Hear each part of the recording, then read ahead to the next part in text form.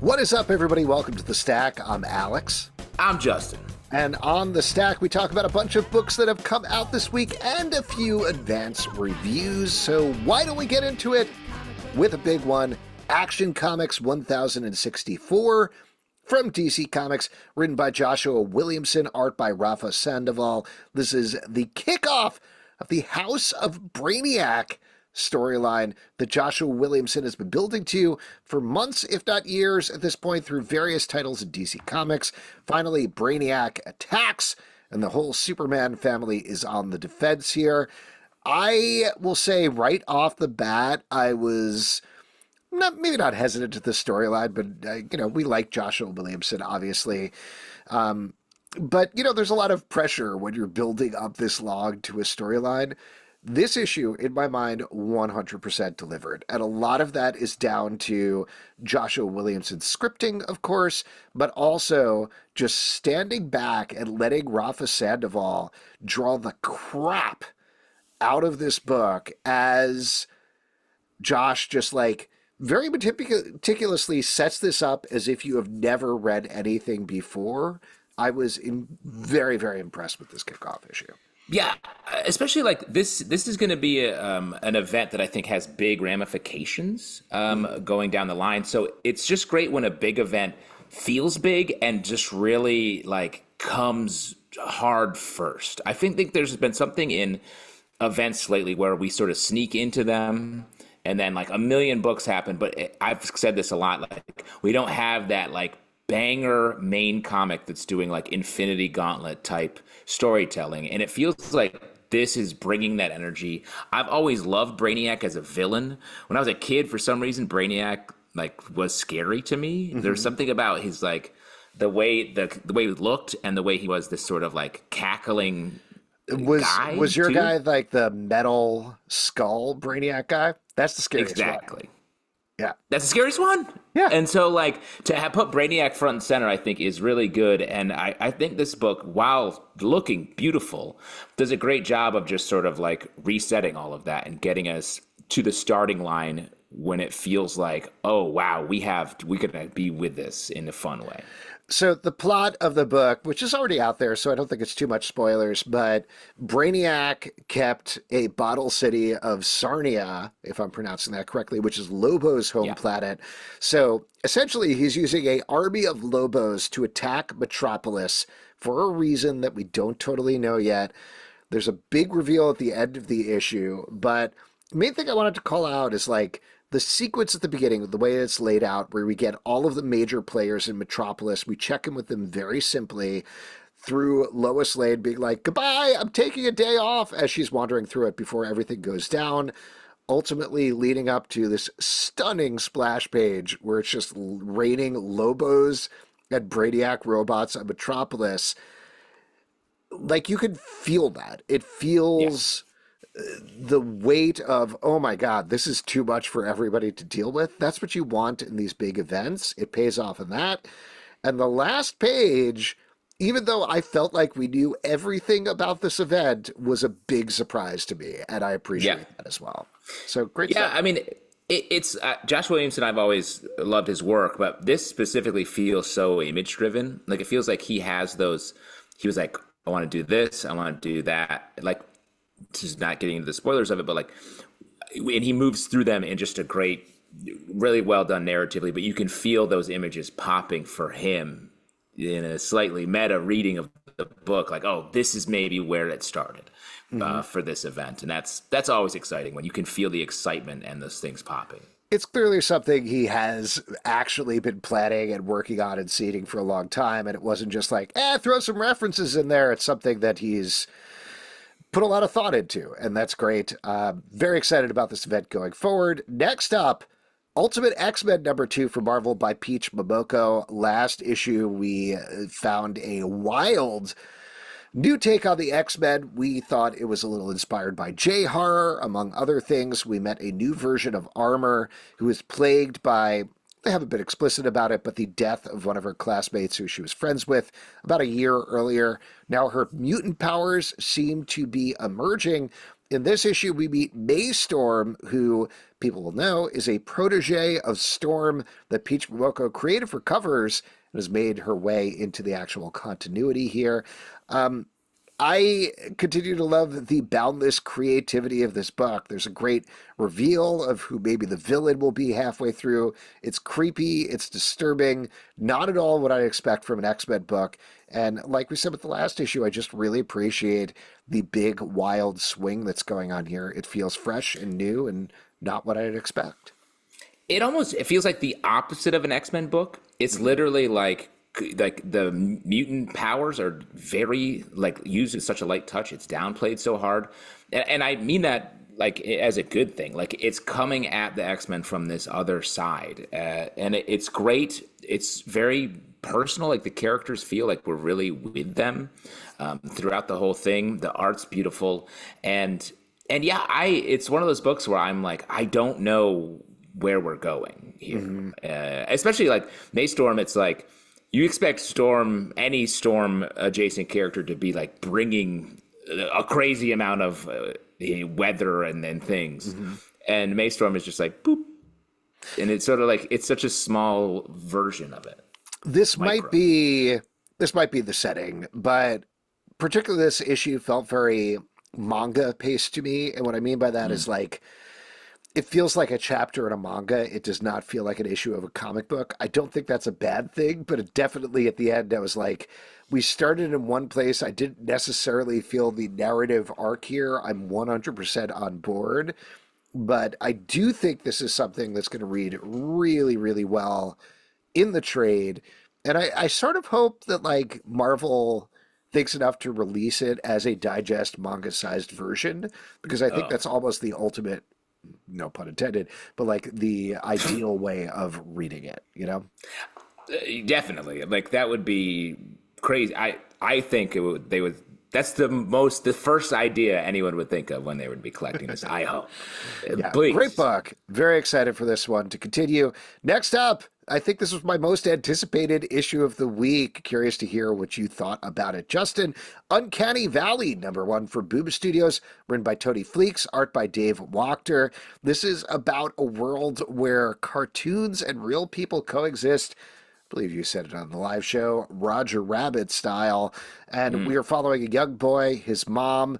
I don't know how much we want to get into spoilers here necessarily, but this is great. You know, like Tony Fleecs has been definitely leading into his cartoon knowledge with both Stray Dogs and Feral, but this takes it to a different level. We're getting a little bit of a Chosen One narrative kind of, I think, going on here. But the real standout is just Dave Wachter is taking all of these different styles and mixing it together. It's dark. It's funny. It's exactly what I wanted out of this book. If you're a fan of Looney Tunes, if you're a fan of like Amblin movies, I think this is going to be right in that wheelhouse. Well, and I really liked not knowing much about it, because this one, I looked at the cover and I was like, what is this? But then, like, if you can put that away and just start reading the book, it unfolds so nicely, and the reveals really work. And especially, like you're saying, Dave Wachter's art, like, to start it in this sort of, like, very, like, Rockwellian vibes, like, sort of real feeling, Stand By Me, the movie energy. And then to move it, by the time you get to where you get at the end, it's like, wow, this is sort of doing everything. But the characters are just so well done. I feel like Tony Fleecs is like having a moment. He's like everywhere right now. Totally. He's our guy. You know what this reminded me of? Not in plot, really, not really at all, but like a little bit in terms of tone and drive was Birthright. Not to call out Joshua Williamson, but same sort of thing where it's like, I know what this concept is. We're hitting the pedal to the metal from the first issue. Let's go. I agree, and I love the mother-son relationship. I thought was just really cool, and everything's just well done. I think we're at Fleecs Peaks. We're at Fleecs Peaks right now. Fleecs Peaks. I think he has higher to go, but if you think he's peaked, I guess. Here's the thing with mountains, like they're all, you know, when you're at a peak, it's high enough. Like higher. Yeah, that's the thing with mountains, is they never stop. That's the thing with mountains. And I know a lot about mountains. You know about outdoor stuff. I know about outdoor stuff. We're outdoorsmen. Yeah, one of my favorite things about outdoors is trees. And I'll tell you what, Beneath the Trees Where Nobody Sees, #5 from IDW by Patrick Horvath. If you haven't, check out our interview on the live show with Patrick Horvath from a week ago, 2 weeks ago. I don't know, time. I want to say 3 weeks ago at this Oh point. my God, whatever it was great. I had a great time talking to him about this book. This is the second to last issue of this book, and our main bear character, Sam, has fled the city because the killer in her hometown basically forced her to do so. And in this one, she is wandering around the city and then the woods trying to find herself again. And oh boy, it's harrowing to watch. What I wanted to call out in particular about this issue, without getting too much into spoilers, but there's a scene where I don't think it is too much of a spoiler to say, like, Sam does find her inner killer again. The expression that Patrick Horvath gives the character is so alarming to look at. It's great. I love it, but I was like, I got to take a shower after this.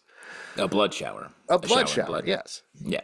That's why I always keep one bucket of blood at home, because you never know when you're going to wake up and want a quick Right, and you attach BS. a shower to a bucket, right? Yeah. Raise it up. Like I said, I'm a mountain man. I grew up in the country, so I'm used to a classic cowboy. Just dip my head into a trough in the morning. Yeehaw! Yeehaw! Off to school, off to podcast. This book we've sung its praises. Patrick actually talks about this issue in a non-spoilery way, in a teasy way, in the interview, and that's worth listening to because. And like you said, this book is just so good at the small moments, the small emotional moments. And we had it in the earlier issues where we were sort of exploring the town. And this, we're sort of laser focused on our main character. But the looks are just so good. This issue is a bit of a wander in what it's covering. It's like a psychological journey, I would say.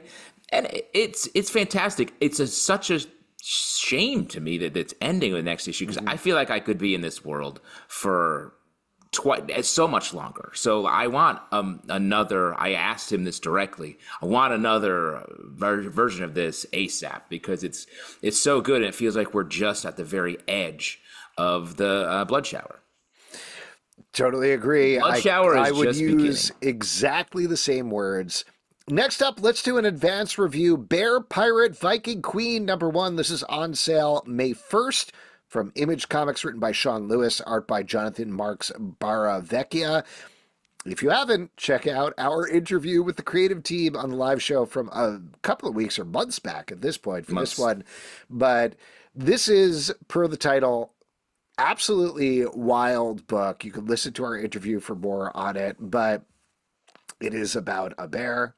It's about a pirate Viking queen. There's some nautical stuff going on. There's some fight stuff going on.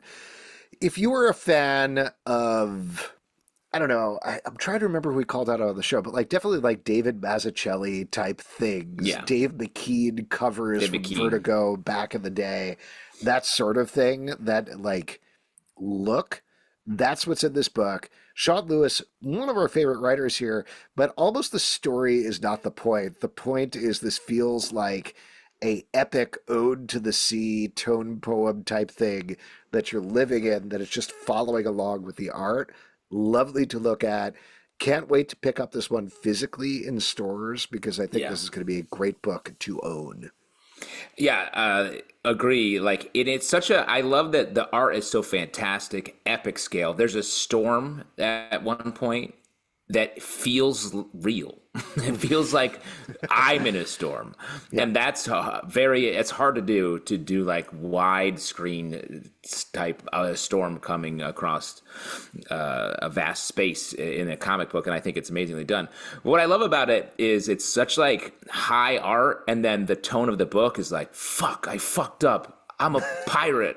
Like it's such like on the ground on the pirate ship. You're like, hey, we're gonna really fuck these guys. I was like, it's such a Sean Lewis move to do that, and that sort of like high low of like big epic visual with just like really like regular person speaking. I think you don't see it a lot, and I think it really plays in this book.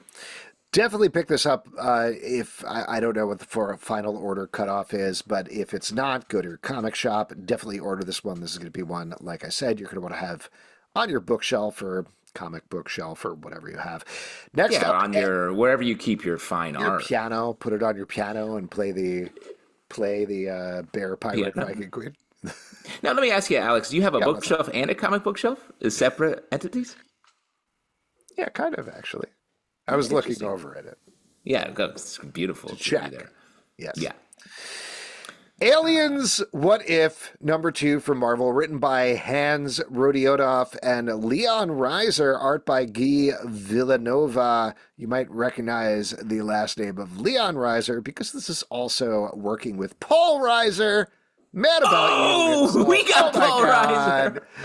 We got Paul Reiser right here on the podcast. Let's bring him out, Paul. God, I wish. We are mad about you when it comes to this. We are Rough Risers, the original ones. If Paul Reiser ever wants to come on this podcast, 100%, no joking, would love to have him on. Rough Riser, baby. Rough Risers. Yeah. Ooh, ooh.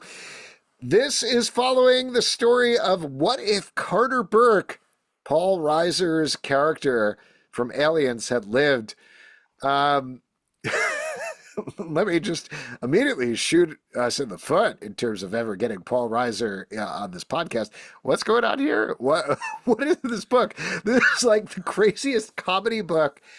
I don't know. Like I'm wrestling a little bit with expectations versus reality here because this is. I wouldn't focus on reality here, Take it away. I'm gonna get in my head too much.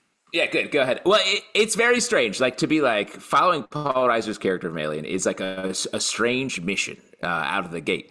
And this book is like, that we got a weird mission. Well, we're going to accomplish it in a weird way as well, because it's like you're getting sort of like legit jokes at the same time. You're getting like some action, a lot of time with Paul Reiser, young and old, and that's fun.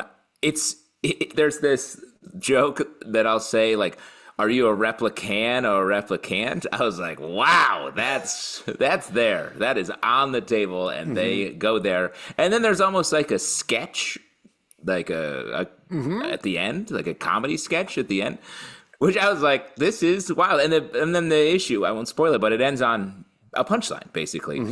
And so the tone is all over the place, and that's not necessarily a bad thing. It's just there aren't a lot of books that are going between like, hey, this Alien, one of the most like tense, scary movies ever made.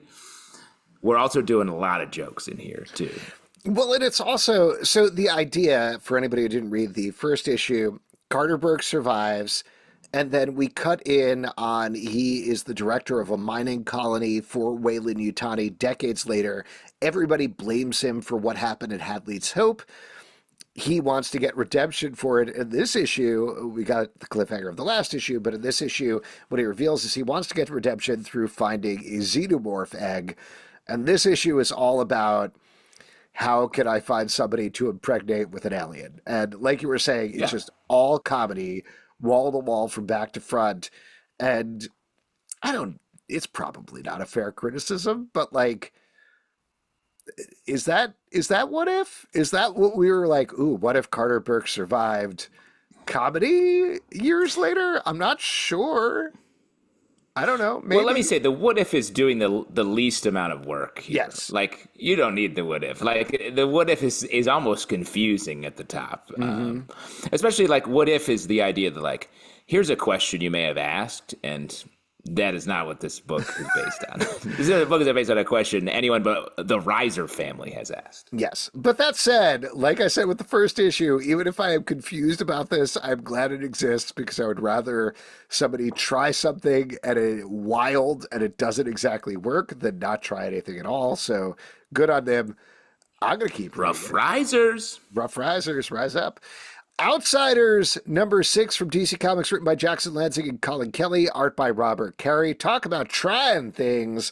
This issue, our outsiders are sucked inside the space between pages, which is where characters who have been written out of continuity end up. And we find out a lot more about DC continuity. We also get a big twist that probably I feel like personally I should have seen coming, with the drummer character that I did not see coming, so good on them. Yes, this is a big issue. If you've been following this big issue for fans of Wildstorm, of Planetary, of this book, all of that. I like this book a lot. I think it's the tone and just the whole vibe of it has been a little strange. It feels like it's like we're doing a big swing here. But then a lot of the big swing is like doing the thing that, like you just said, you might have been able to call initially. But like Lanzing and Kelly are great at just bringing original superhero storytelling into like any comic. And this book has just effectively done that for all 6 issues. And the way it ends, I'm like, okay, I guess that's what's happening. Yeah, I'm curious. This is apparently a 12-issue series, so we're halfway through. There's obviously going to be some big stuff coming. I think they're still going to go for done-in-one issues, probably in terms of the adventures. What I think they're doing, we do not talk about Warren Ellis anymore, and I think rightly so, but they are very effectively channeling the cold remove that permeated all of Planetary. So in terms of this being a sequel series in all but name, they're knocking that out of the park. So Yeah. if you were a fan of Planetary, I think definitely pick this up. Very curious to see where this goes after what happens in this issue. Here's another big debut, Rat City, #1. Yeah. From Image Comics. City. Erica Schultz, art by Zay Carlos. I want to be very clear about something. This is not a sequel to Dog City, the Jim Henson puppet show that was on TV for a while. Did you watch Dog City, Justin? I did not, and I gotta say, is that you're saying this like it's almost a PSA that you must say to people. Here's the thing. I have been reading about this Rat City title since they announced it back at New York Comic Con, and every time they say Rat City, in my head I go, Dog City, everybody wants to go, because that's the beginning of the Dog City theme song. You should really check it out. It's a bunch of dogs.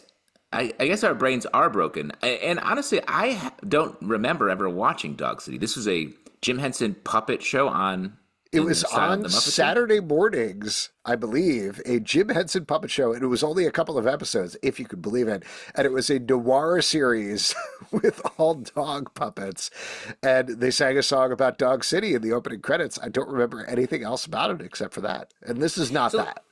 Let me get this straight. Yeah, you couldn't bring yourself to watch more than one episode of X-Men the animated series. But you seem to have a voluminous understanding of a show that you could be making up, for all I know. A person who consumes Saturday morning cartoons religiously every week. Dog City. Yeah, no, everybody wants to go. Nah, yeah, it's working. I think it's like Dog City, Come On Now, Enjoy the Show, I believe is the second part of the list. I dare anyone in the comments to say you watch this show alongside Alex. Yes, without join checking. Alex. Don't Google it. Don't Google it. You have to know what he's talking about now. You already have to know what he's talking about. I dare anyone, please reach out to us, because I don't know. I don't think there's a person. Well, I think we've effectively covered Rat City. Just kidding. This is basically Rat City. We all want to go. Close. This is essentially Spawn 2099. Like, they don't call it that, but it 100% is across the plate. Really like Erica Schultz as a writer. I like Zay Carlos as an artist. But frankly, this is way too packed as an issue. There is too much going on here with the idea of, like, this is not a spoiler because they've said it out front, but Al Simmons does something back in the quote unquote present day that causes a guy in the future, this is not 2099, it's like 2103. They're like, no, it's 4 years different.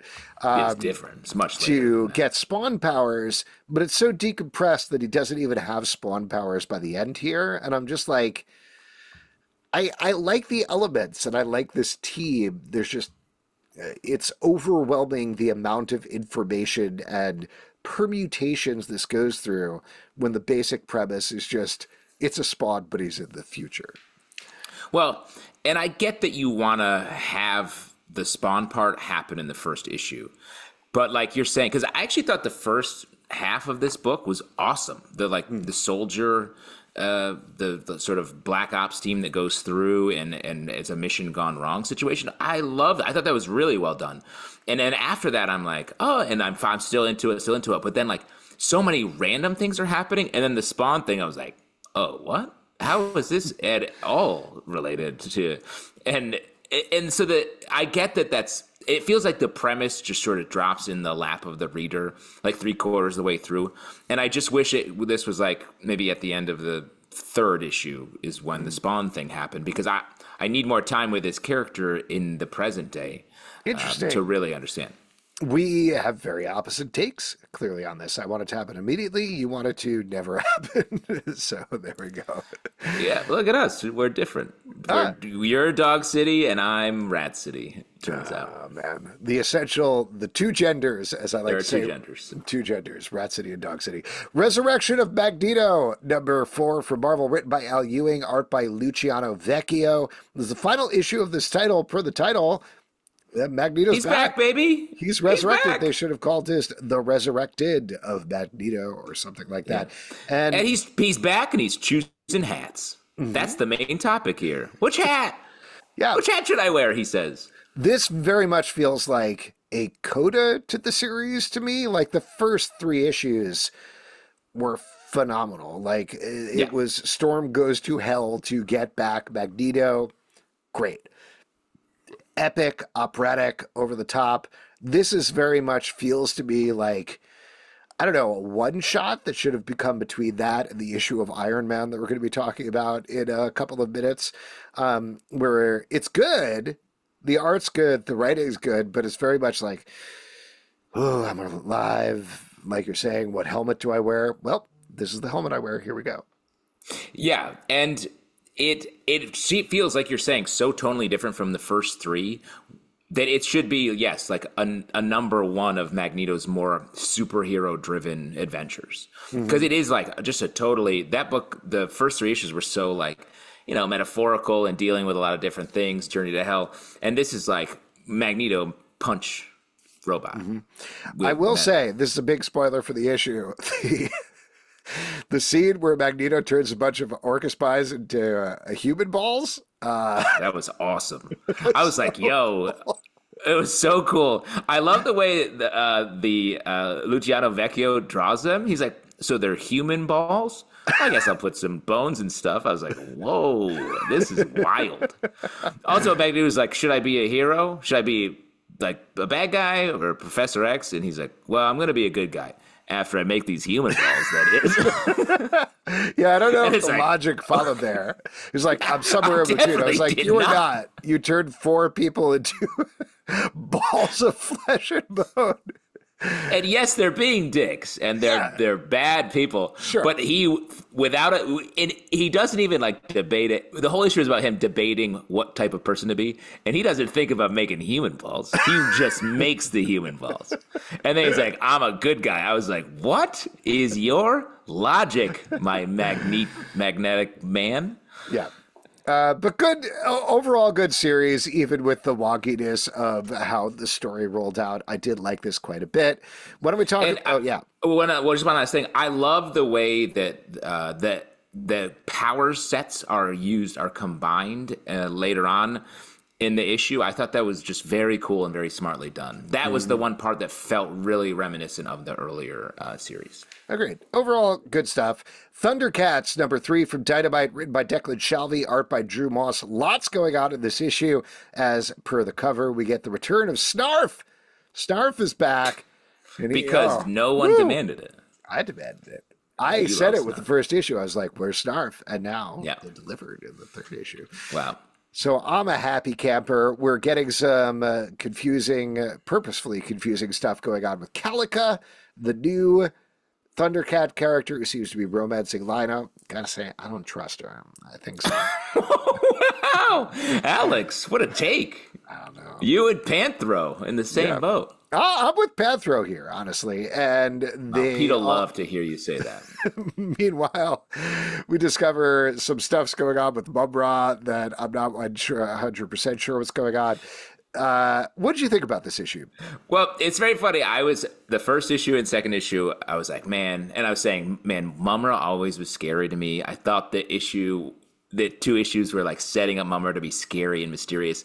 In this issue, Mumra's like trying to figure out a Zoom call. It feels like Mumra's like, so what's going on? I was like, what? You were being so scary. And in this issue, he's like an old man who doesn't know how his email works.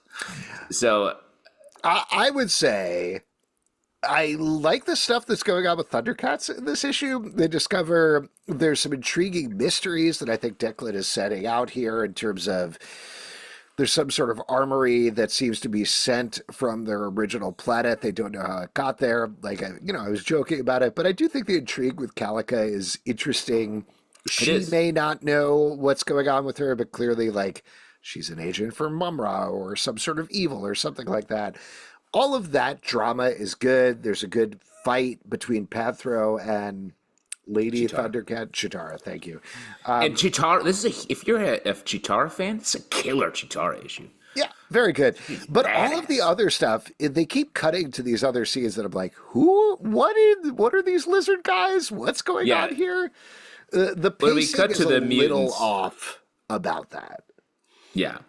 Well, yeah, when we cut to the mutants, I was like, oh, this is some Saturday morning cartoon shit that I'm like, this is sort of like, I would just stick with it. Because I think the real strength of this comic so far is Lion-O. The way that Lion-O is bad at being in charge is really great. I think it's really well characterized. It's such a smart idea. He's inexperienced, but he's still trying to be a big dog. That's such a fun, surprising place to take this book.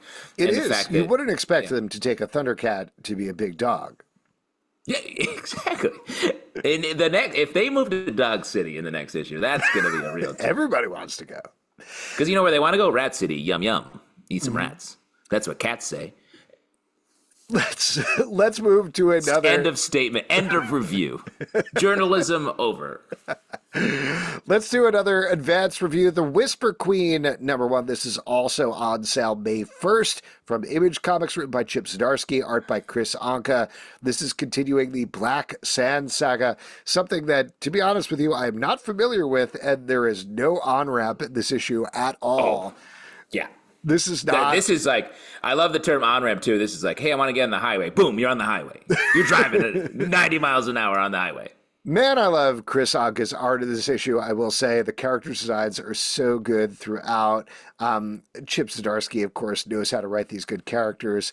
This is like Thundercats, but serious, I think. Like the way that he was doing He-Man in whatever the book was that we reviewed. Yes, the Capterra. This is very much him doing Thundercats, I think, but I don't know. I don't know what's going on plot-wise, but I was intrigued by the characters, and I liked the character designs. It was a very pretty book. I agree. Chris Anka's art has like a little bit of grit to it, which you don't always see, which I think is very cool. Chip Zdarsky, tossing an orgy in. Just got to have a quick orgy. As you do. But you know who's the real sex criminal? Chip Zdarsky. Wow, what a twist! I think that's something he probably wrote on in that book many times. Probably. But you know what this reminded me of? You ever play the game Chrono Trigger? I have not. Oh, great game from back in the day. Original. Man, this Nintendo. is One like of the best. Dog City. Yeah. But, people, Chrono Trigger Hive's going to show up for me in the comments. Like Dog City, not real. Chrono Trigger, that's a real one. But it was reminiscent of that to me, like, which is like a Final Fantasy style game with people are out exploring because it combines some modernness with swords and sorcery. And this feels like everyone's speaking in like modern ways while still having all of those fighting elements. But yeah, I like this despite the fact that I don't know much about the world. It's an interesting world. The Invincible Iron Man, #17 from Marvel, written by Jared Duggan, art by Patch Zurcher. In the last issue, Tony Stark had a Sentinel Buster that got taken down. This issue, he's trying to fight his way out of it and comes face to face with Phaelong.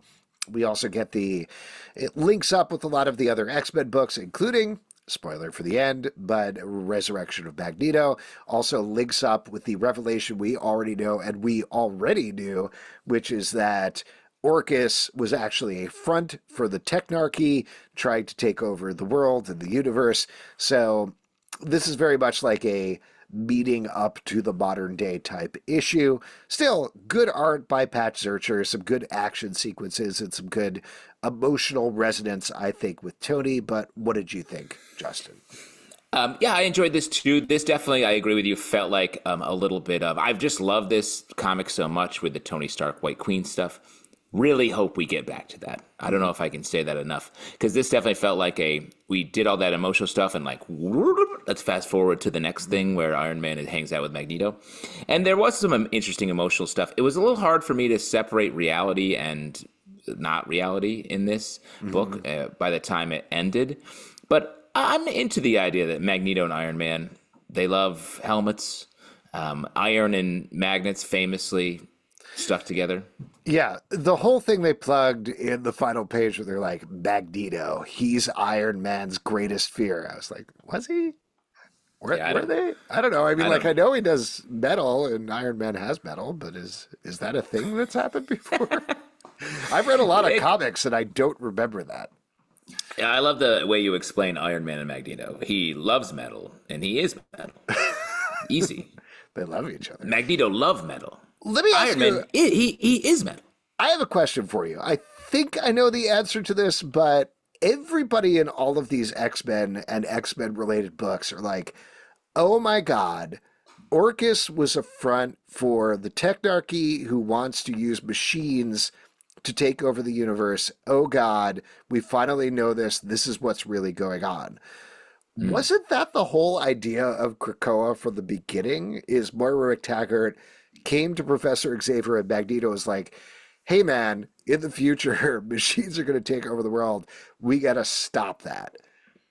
Was that just like, I think the answer is they never passed that information along to anybody else, right? Or I think that's accurate. And I think they were like, that's in the far future. We're making a cool island. So like, we don't have to worry about that.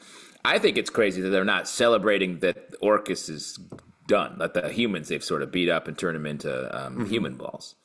They're just like, now they're not even enjoying that. They're just moving on to, no, now we have to fight the Technarchy in space. But like, what is, most of these people are like, oh, that's not my thing. I don't fight computers in space. What I'm very curious about, and this is, I don't know, this is unfair, but not to take this too far afield, but knowing that they're starting a new vision of the future with the X-Men in July, my thoughts certainly turned to that. And I wonder what the world is going to be like, given that it seems like most of the humans, or like a large chunk of the humans in the world, were like, yeah, Orcus good. Now they've watched the Avengers, the X-Men, and everybody turn Orcus into human balls. What does that do with the humans of the Marvel Universe? I mean, I guess we'll see in a couple of months, but I'm curious how that's going to pan out, if at all. I think we're going to it's going to go back to the hated and feared everywhere thing. And it's like, I think also the humanity is going to be like, yeah, we sort of beat the mutants. So we don't have to, if we see one, we have to get them. But we don't, it's not a constant thing that's happening as much. Because just based on my reading of a lot of the announced titles, they're like, these characters are sort of hiding out over here because the humans hate them. So like, and that's a nice reset point for X-Men, even if we're not going back to Grey Malkin Lane. Like having them back where they're just a little bit more on the run, I think is sort of the opposite of Krakoa from a storytelling perspective. That is where the X-Men have always been. We shall see. Suicide Squad Dream Team #2 from DC Comics, written by Nicole Maines, art by Eddie Barrows. Dreamer is not exactly leading a team for the Suicide Squad. Instead, she's mostly fighting against them in this issue as Amanda Waller tries to manipulate things to take over the island nation of Krakoa. No, pretty sure it's Gamora. I don't know. No, it's not. Whatever it is, it's the one from Superman that they were dealing with, where there were some superpowered things. Doesn't matter. It's a foreign country. You know how this works in comics. It's anyway, Gamora. It is Yes. Gamora. I really like this series. This is clearly like setting the stage for the Absolute Power event, and I think they're doing a really good job here. The way that they position Dreamer is interesting. The other characters are interesting, and it seems to, based on this issue, seems to be really leading into the whole Suicide Squad thing of anybody can go at any time. So good stuff. This is punching above its weight, is what I would say. I agree. I really like Dreamer. I like the art by Eddie Barrows is really good in this. I looking forward to Amanda Waller's "I'm so excited, I'm so scared" moment. It seems like we're getting that at the end of this issue, which is fun. And shouts to Clock King. Great job out there. Way Good to job knowing the time. Yeah, what a skill set. On the You're art like front, he's like the cipher of the DC universe. I really like Eddie Barrows. Clocking, honestly, is like it feels. His art feels a little Kelly Jones in this issue in particular. Great call. So true. Clocking and Bizarro are particularly good. They're very distended and weird and off-putting, but good stuff. Hercules, #1 from Dynamite, written by Elliot Kalin, art by George Cambadas. This is a continuation of the movie. Hercules is with Megara. He is solving mysteries. I don't know what you would call it for the Greek gods and others. And here, Aphrodite has created a living statue for Pygmalion. You might be familiar with the myth. And Hercules gets called in to take care of that. I really like this quite a bit. I thought this was a good extension of what Elliot Kalin is doing or has done with Hades. He obviously took on the villainous side here. Here he's taking the heroic side. And it's fun. I don't know. I had a fun time reading this issue. It's fun. There's good jokes. I like sort of the positioning of Hercules in this is really good. Hercules is the one Disney movie I've never really sat down and watched. Really? Bless my soul. Herc is on a roll. I just never. I was watching Disney movies all before that, almost right up to Hercules, and then picked back up later, but missed that one. Part of the reason I'm so familiar with it is my daughter, when she was super little, like 2, was obsessed with Hercules, and I didn't understand why, but she was like, I want to watch Hercules. Put on Hercules again. When we went to Disney that was World, Moana for my daughter. Yeah, I don't know why they hook into that thing, but I was like, really? Hercules? That's like second tier Disney. Are you sure? All right. And then I watched it enough that I was like, you know what? Actually, this is pretty funny. This is a good movie. So you still call it second tier Disney, though? Yes. Transformers. You say it like Hercules is in the room with you. You're like, oh, I don't want to really go. But this comic is good. This comic is very good, yeah. And I would also say this is from my perspective as a father of a 9-year-old.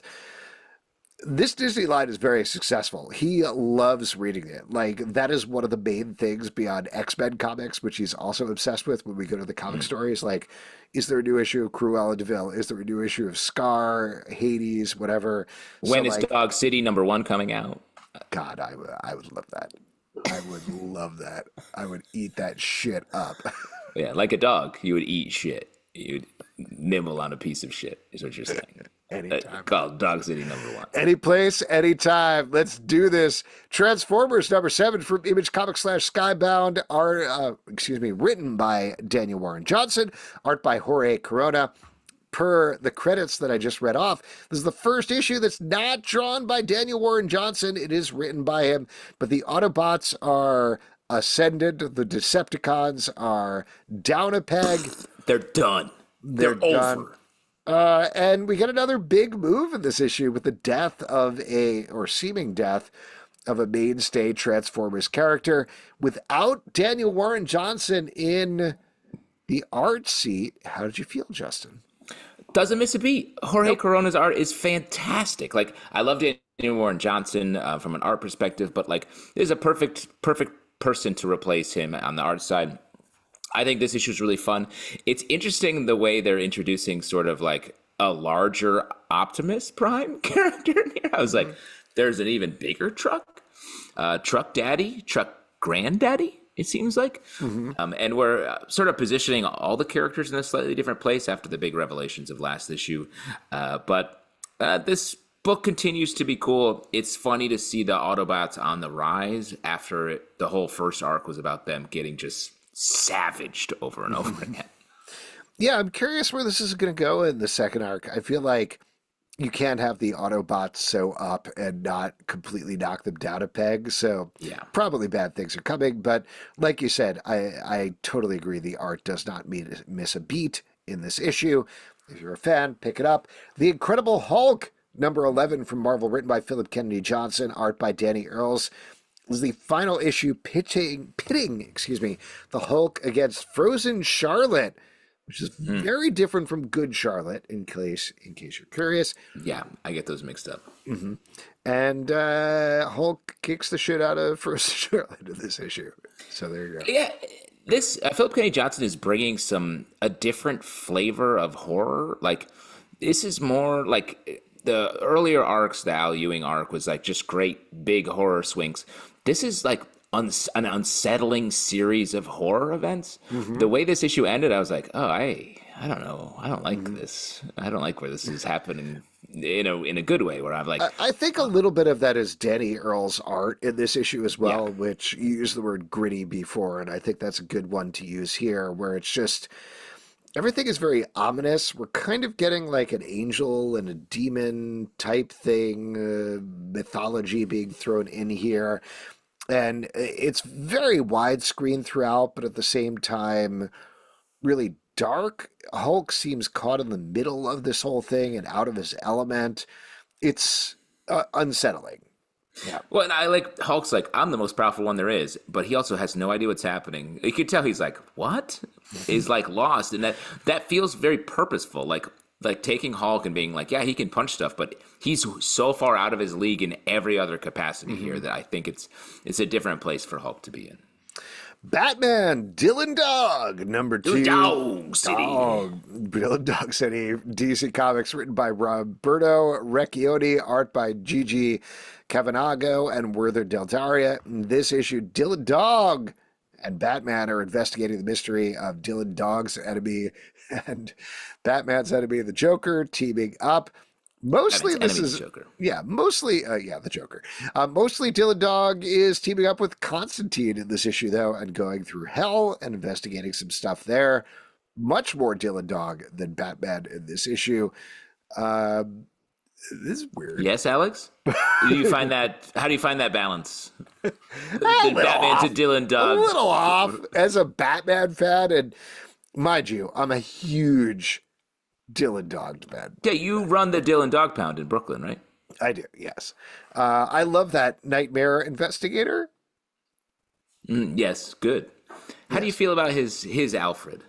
Oh, Groucho? Who is Groucho Marx? Great. Yeah. I feel great about that. I have no follow-up questions whatsoever. Like we're joking about, this is like just a backdoor Dylan Dog comic, which is a popular comic, it seems like, just not one that we've ever read. But having said that, I don't mind the lack of Batman in it, because as long as you're not wanting this to be a Batman story, this is just an interesting Dylan Dog comic, an interesting comic about a person named Dylan Dog doing stuff, and Batman is occasionally around. Yeah, that's pretty much it. And I like it. Art's very good at the same time. Love the art. Yeah, good stuff. Deadweights, number 1 from Ahoy Comics, written by Tyrone Fidge, art by Sebastian Perez. This is about a bunch of supervillains who are like, get kicked out of their supervillain team after a caper goes wrong and decide to try to be a little heroic a little bit, or at least try something different and see what happens. Good stuff. This is not quite as over-the-plate satirical as a lot of Ahoy comic stuff, but at the same time, it hits a very different note from, say, a Minor Threats or something like that.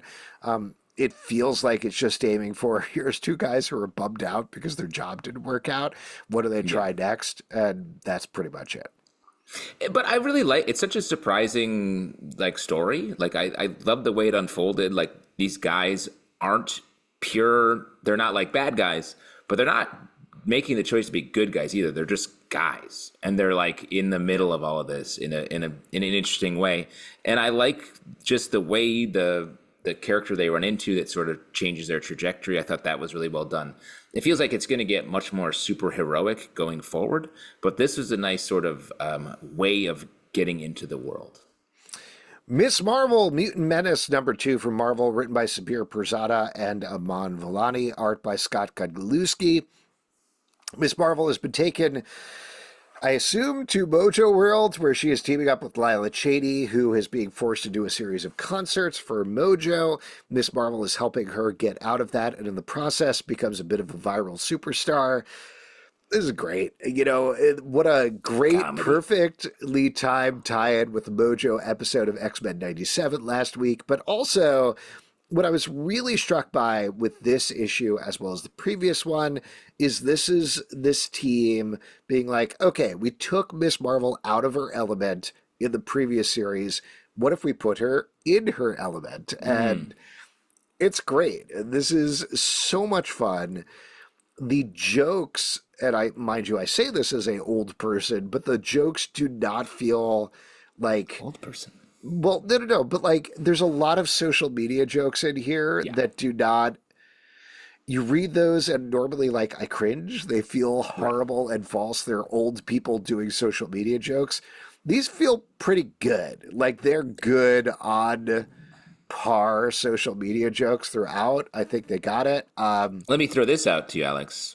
Maybe it's that it's young people writing social media jokes. That's what I'm saying. Yes. Yeah. That's people who actually use social media writing social media jokes, so it actually works, which is great. Like, that's a great mode to throw out a Mojo story in. There's some fun stuff about engagement in here as well. Great place we end up at the last page, and Scott Galuski's art is good throughout. I was a big fan of this issue.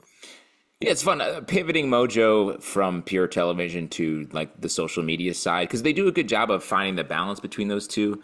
They're doing a lot of television parody in the moments, but it's all about social media, which is a smart way of understanding that, of talking about how TV works now, where it's like, what's our engagement level on the stream or whatever. So like, that's really, I think, just really well positioned on Mojo. Someone who's like, what's happening? I'm an old psychopath, in a good way. And yeah, I love Lila Cheney, and to have her here, Dick Cheney's daughter. Good fact. Phantom Road, #10 from Image Comics, written by Jeff Lemire, art by Gabriel H. Walta. We are following two different, I don't know, reality lines, timelines, whatever you want to call it, where the sacred timeline. Yes, the sacred timeline, where two truckers are taking a sort of purgatory angel baby something or other to someplace, and meanwhile there is an investigator trying to figure out what's going on the outside. This is weird. This is intriguing. You know, somebody asked us on the live show about, like, hey, comics like Lost. Here you go, Phantom Road, #10. Check it out. That's a great call. And this does have the vibe that Lost had, where I was like, do they know exactly where this is going? And it turns out they didn't. This has that same, like, this could fly off the rails at any moment. I do think that this team does know where this is going in a great way. I want to comment on the art real quick. There's the two sides of the story are a detective trying to figure out some stuff from her past, and then our two truckers, and their art is treated differently. Like, there's almost like a haze over the weird dimension trucker stuff. And that's really cool. You don't always see that. But the tension's been just slowly ramping up. Everyone's a little bit unsettled, but now it's all starting to come together in a great way. And the Walta art is just killer. Yep. Green Lantern #10 from DC Comics, written by Jeremy Adams, art by Zerbonico and Kevin Maguire. In the front story, Hal Jordan has come back to Oa to find it under attack by the United Planets and a bunch of lanterns who can change their emotional spectrum. And he is trying to help Joe and the other Green Lanterns free the planet. In the backstory, we're going to get tied in with House of Brainiac as Guy Gardner goes searching for Lobo. Good package, good Green Lantern stories. I really like how, like, Jeremy Adams is just really leading into that Hal is this rogue element who does not follow the rules, which I know is part and parcel with his character anyway. But here, it's very much like, no, maybe don't do that. That seems bad for everybody. And he screws up really badly in this issue. So that's good. It's human stuff. I feel like this is in a lot of, like you're saying, Hal Jordan is always positioned as someone who is a rogue who's right, and the fact that he's a rogue who's wrong is a subtle little turn, but it's great. And so I'm really liking that, and I just love that this book is keeping all the Green Lanterns sort of in the mix without it feeling like too much is happening. And it's something that most Green Lanterns books have really struggled with. It's either like, this book is Guy Gardner's, this is Hal's, this is Kyle's. But this is doing a great job of just being like, no, they all work together. They're coworkers. And that's what I just want more of this. This is the Green Lantern, the right Green Lantern book for right now, I feel like. Yeah.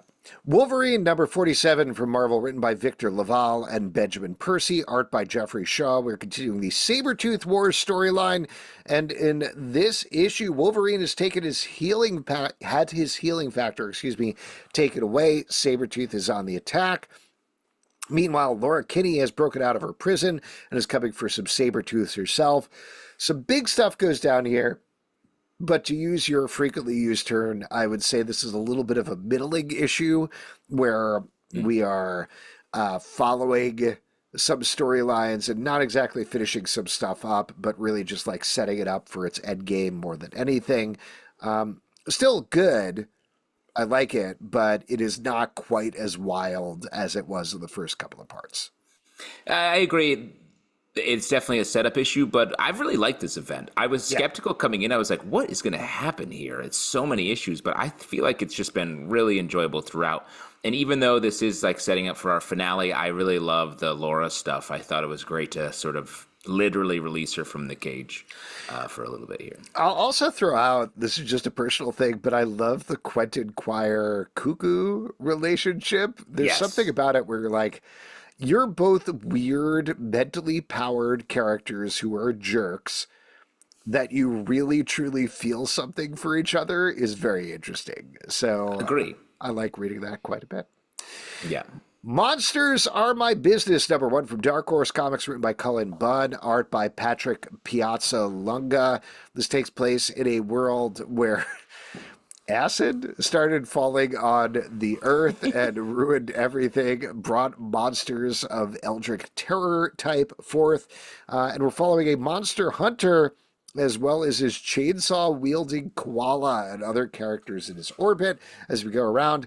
Gotta say, bummed Pete is not here to talk about this, because I was like, Pete is going to... I saw the cover, and I was like, Pete is going to be in love, not just with this book, but the koala who just says "Gurf" and uses a chainsaw. I am sad that he can't say that out loud on here.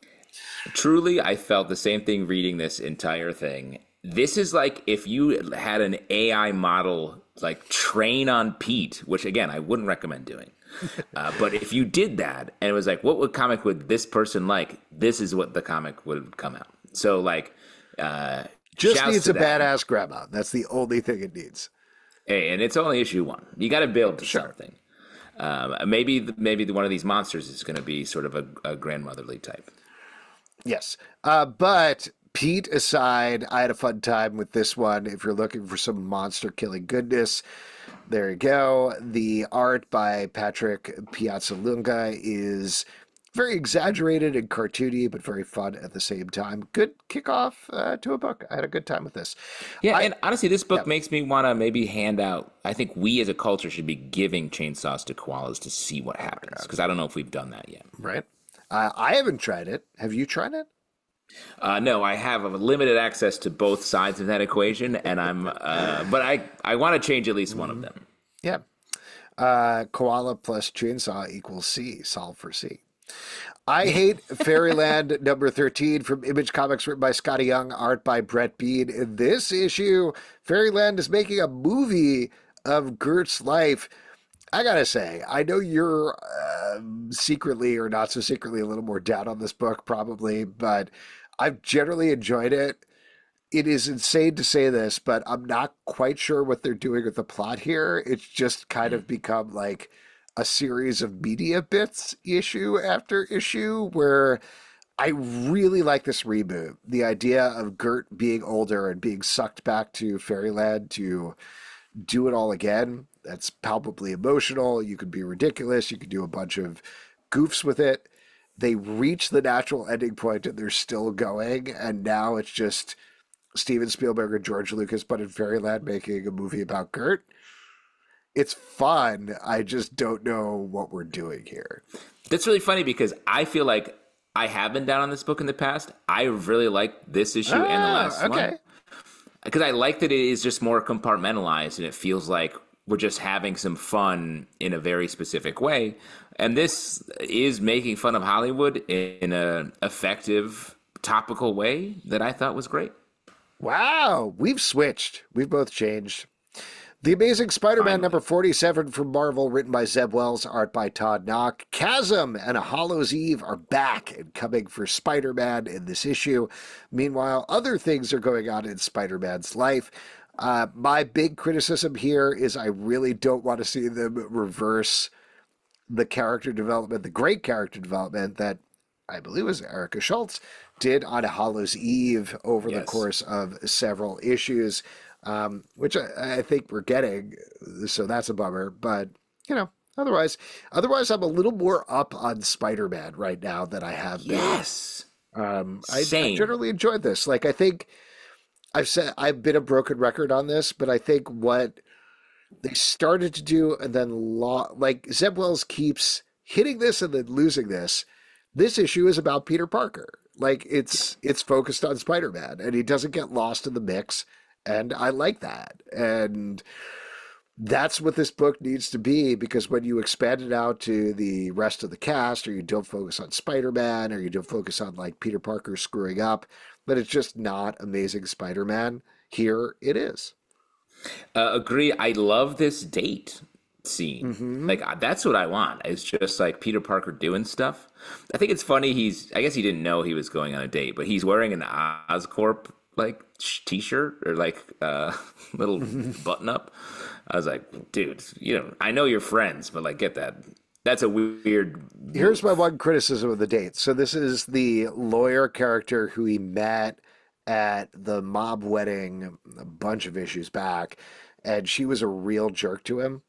The way Todd Knock draws her, she is too like cute and nice in the art. Like she's kind of like giggling and laughing and pushing her hair back behind her ears. This needs to 100%, just to use like a horrible term, but this 100% needs to be like enemies to lovers, hate fuck situation, I think, with this character. It does, though. It needs to be like, oh my God, we're just like butting heads the entire time. This is terrible. This can't be another like, I'm a girlfriend of Spider-Man. Where is he going? Now I know he's Spider-Man, and there we go. Yeah, I hear you, but they're clearly they're creating Shay here to be their Mary Jane. Mm-hmm. And, I talked about how like it felt like this run when it started back in the Mary Jane returning from the crazy dimension, it was going to be like about getting them back together. I think, especially with this issue, it is absolutely not about that. It's setting up Shay to be a new big character. I don't know. I think they're playing the long game here. I still think they're going to get Mary Jane and Peter back together at some point. You think this comic and all comics are playing some sort of long game? That's really, wow, that's a crazy take. Just to throw that out there. A long game. So like, wait, you're saying like we keep reading and talking about it for like 18 plus years together? Is what you're saying? Yes. I don't know. Does that sound crazy? I'm going to do some research. I'm going to look into this because I want to check this out. I'm just saying, I think like I bought this comic and I think they want me to buy the next one. Oh, to keep going? To keep yes. And they're going to keep doing it. You think? Yeah. Wow. I mean, most stuff has an end, like the day. Yeah, when will comics go to sleep? Find out. Find out. This comic went to sleep. But I also, back on topic, I do think that maybe Chasm and Hollow's Eve are being set up to be heroes again. Maybe. Or Chasm heroes. is very much like the problem with Chasm is everyone is like, what are you talking about, Chasm? Yeah. Nothing you're saying makes sense. We are telling you straight up what the truth is. And he's like, no, it's not. I'm evil. Yeah. The entire I'm time. a scamp. Yeah, I don't know. We got to get past that at some point. But I do like Yeah. Hollow's Eve quite a bit. Sinister Sons, #3 from DC Comics, written by Peter J. Tomasi, art by Vasco Georgiev. In this issue, the Sinister Sons are trapped inside of a giant whale with a spaceman in a spacesuit. If you read Sea of Stars, the title by Dennis Hopeless and Jason Aaron, that's what this book is, I guess. I don't know. Yeah. Hey, we're having some fun. It is. I thought the same thing. It is strange how close that is, but this book, the art's really cool. It matches the tone. You can tell Peter J. Tomasi just wants to do this. It's like his thing coming off Super Sons. He's found a new way back into it, and I'm on board with that. It's fun. Yeah. Dark Spaces Dungeon, #5 from IDW, written by Scott Snyder, art by Hayden Sherman. This is the last issue of this title about I would say serial killer, but serial kidnapper who's taking people and trapping them in dungeons, hundreds of them. We've been following a billionaire, something like that, and whose son was taken, and the detective who was himself trapped in one of these dungeons. They're trying to track down the man who took them. There's a bunch of twists, a bunch of turns. This is so tense, so upsetting by the end here. One of my favorite things I think Scott Snyder has written since Witches, I would say, 100%. probably. Great stuff. This book started like it was off kilter and unsettling from the beginning, and we've just been on this ride, and it ends so strongly. I don't want to say anything about it, but I can't emphasize enough how strong this ending is, to the point where I was like, oh no, what? It was such a series of reveals and emotions that I had as a hardened comic book reader who, I guess, according to Alex, we're going to keep doing this because they're going to keep coming out. This one is very good. They got to end at some point, right? And Hayden Sherman, his designs for the dungeons are upsetting as well. The character designs are good. None of this pacing would work without the way that he draws everybody throughout the issue.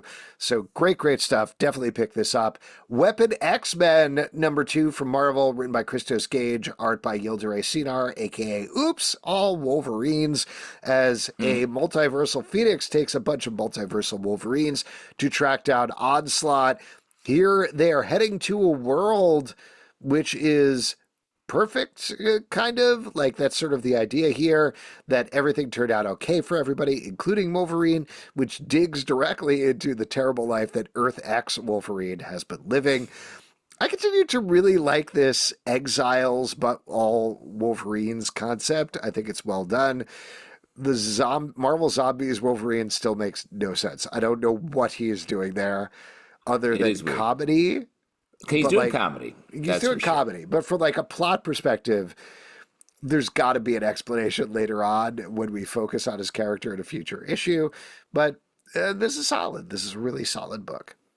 Yeah, I agree. It is strange, especially he's not just there to make jokes. We emphasize him in the action a lot. Probably he is a fun character to have there, but like he's almost killed at one point, and I was like, yeah, why would you not do that? Get rid of that Wolverine, please. Seems like a liability. He's like, I eat kids, and I will eat kids. Why are you mad at me for being around these kids? I was like, what is this guy? He's doing bits. He's eating an arm. It's wild. And the front piece where we get this sort of emotional story about Wolverine, the Wolverine from Earth X, I was like, this is hitting the heartstrings while also doing zombie bits. Yeah.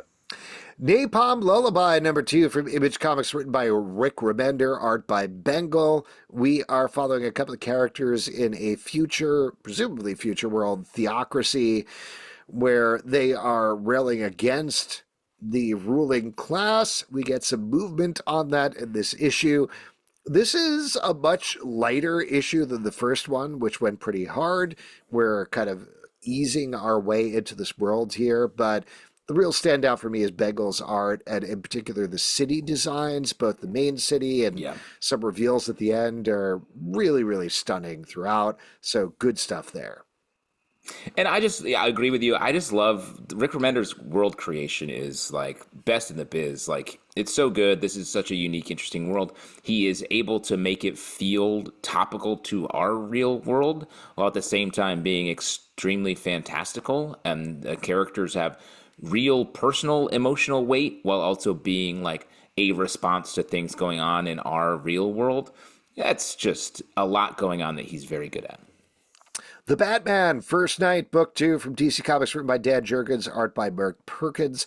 This takes it back to the beginning days of Batman in the 1930s, 1939, I think, specifically. And the cliffhanger of the last issue was Batman was in the electric chair and being electrocuted. Spoiler, he makes it out of there. But over the course of the issue, he fights a bunch of very lumpy pink zombies. He talks to a rabbi. Commissioner Gordon is trying to help him out a little bit at the same time. Justin, you were a little down on the first issue of this one. What did you think about issue number 2? I mean, my main criticism is where is Dylan Dog? Right? The Batman Dylan Dog balance is way out of whack here. It's almost all Batman. Yeah, was there? No, you know what? Like for a second there, I was like, I think there was some Dylan Dog on page 30, but there was not. Yeah. Like, what is DC doing here? Dylan Dog is their bread and butter. It's so true. And honestly, this is the one issue where Groucho Marx would make sense. So I don't know why we didn't include him here. It's in 1939. Yeah. I thought the first issue was a little stronger, I would say. I think this one is more typical, like, yeah, this is a Batman story. This is fine. He's electrocuted and he gets out of it all good. The thing that I was struggling with a little bit, not to get too deep about it, but we talked a bit about the rabbi who he's friends with from the first issue. He continues to check in and try to help out this rabbi as much, while, I don't know, to the point that I wonder if there was a version of this where Batman was Jewish, you know, like we talked about, there's a continuity thing where by making Kate Kane Jewish Batwoman, Batman is also Jewish, even though they never talked about it, even though he's mostly treated as Christian or Protestant in the comics. I wonder if this was an attempt to like make him Jewish and that was edited out at some point, because like otherwise the rabbi character does not make a lot of sense why he's so tied to him. It feels like that's missing in the conversations. And I will say there's a conversation that like could go either way. I was going to pick on this, but then I did some reading about it where the Batman is like, yes, I believe in hell. And the rabbi is like, yeah, I guess what's going on overseas, that's kind of like hell. In the Jewish religion, if people are not familiar with it, there is no hell. Like, the actual canonical thing is everybody goes to a gray valley and you're just there when you die. And that's one of the few things that I actually really like about the Jewish religion is it's not about what you do during your life that pays off in the afterlife. It's do good things in life because that's good. Because and it's life is nice. Exactly. And it's good to be good to other people. Everybody else ends up at the same place. However, after doing some reading, I think like it turns out there's different mythologies that different sects of Judaism believe. So it's not beyond the pale for this rabbi to say it. But at the same time, I don't know. It's a weird element to throw in there when it's never been part of Batman. It was stronger in the first issue. Here, it feels a little more random, so I had trouble connecting it. Yeah, I mean, this book feels just a little random, but positively, the Mike Perkins art is very cool. Yeah. Fantastic Four, number 19 from Marvel, written by Ryan North, art by Carlos Gomez. This is a noir-infused issue as Alicia Masters is a detective given a case by Sue Storm to find her husband, Reed Richards. Everybody has been taken to this very 1920s, 1930s noir setting. But you may be surprised to learn it's still an in-continuity issue of Fantastic Four at the same time. Man, I love this series. I know I say this So good. every issue, but Ryan North going for the Done One adventures. He knows the Fantastic Four. Everything is so creative. Everything's so fun and different. I have such a good time reading this Fantastic Four run. It's so consistent. Wildly different standalone issues, doing different things, focusing on different characters, and they're always good. They always find a way to just sort of emerge in a very Fantastic Four way. It's just like Ryan North just keeps pulling off this magic trick, and it's great to watch. This has been such a great run, top to bottom. House of Slaughter, number 22 from Boom Studios, written by Tate Brombal, art by Antonio Fuso. In this issue, I believe we're getting the finale of the Boucher arc as we follow the House of Butcher, and specifically Jace Boucher, who is coming directly for the House of Slaughter. It all kind of goes down in this issue in bloody and apocalyptic way. Really like this arc. Jace is a great character who I really like following. It gives the series a lot of focus. So curious to see what happens next and whether it has the same level of focus. But this title has been very strong. The last arc was really strong. This one too. They've been finding different artistic modes for it each time. This is a big continuity world issue in terms of what goes down. But yeah, I'm constantly surprised that this is like not the side series. If anything, is pushing the plot forward, maybe even more than Something is Killing the Children. I agree. I've said that for a bit, that I've actually really liked House of Slaughter on par with Something's Killing the Children, maybe even more so. And this arc specifically is just like you said, locked in on this like very clean story of like they're all trying to kill this guy, and that's just really nice. And I think there's a little bit of a twist here that I thought was well done, and I've just been enjoying this. Night People, number 2 from Oni Press, written by Chris Condon, art by Alexandra Tefeghi. This is continuing Chris's adaptation of the book from, gosh, I should have written down the name, but whatever it is, this is a very, very dark, sweaty tale of crime that's going on here. It's very much for adults, with the nudity and the violence. I like this issue even better than the first one. It's very focused in this issue in terms of what goes down between a extremely corrupt preacher and other members of his family. I thought this was really good. I like this. Like, the first one was 3 stories that didn't quite intersect. This one is basically 1 story, so I think that focus really helped quite a bit. I agree. It's crazy that, and I like the first issue, but it's crazy when a second issue is stronger than the first. Like, you feel like you never see that. And I think this issue is. Again, not to say the first was bad, but wow, this was so good. I loved it. It builds to this great scene at the end that just was one of my favorites of the stack this week. Last but not least, X-Men 97, number 2 from Marvel, written by Steve Fox, art by Salva Espin. We are continuing the prequel to the sequel series as Mr. Sinister and his nasty boys. Those nasty boys are out again. Mr. Sinister. Are attacking. What shall I call my villains? The nasty boys. Great issue, continues to channel the tone of the X-Men animated series, but at the same time, surprisingly only like more arced out as an issue. Like, I think the thing that we talked about with the first issue was it has the wild pace of X-Men 97, where it was like, there are too many things going on at all times. This is like, okay, this is paced out like a comic. The Marauders attack, they're attacking the X-Men. Good Everyone art. Introduces themselves at a point. It's like, hello, I'm Riptide. Yeah, but I like it. I'm enjoying X-Men 97. Give me more in comic book form. Why not? And the Wolverine, both in the X-Men 97 TV show and the Wolverine here and the original animated series, is such a specific flavor of Wolverine. He's only grumpy, and he's always like, I'm sad here. I'm going to go over here. And he's always just leaving rooms, or like, I have to go to the bar. I have to go to Genosha or something. Madripoor is where I'll be happy. It's like, what? Wolverine is so strange. And it happens here. He's like, he finds out that Jean and Scott are having a baby. He's like, well, I'll leave now. He doesn't talk about how he's upset or how he loves Jean. He's like, I have to go. So funny. It's great. Good stuff. If you'd like to support this podcast and all the podcasts we do, patreon.com/Comic Book Club. Also, we do a live show every Tuesday night at 7 p.m. to Facebook and YouTube. Come hang out. We would love to chat with you about comics, Apple, Spotify, Android, or the app of your choice. To subscribe, listen, and follow the show at Comic Book Live on Twitter/X, Comic Book Club Live on TikTok and Instagram, comicbookclublive.com.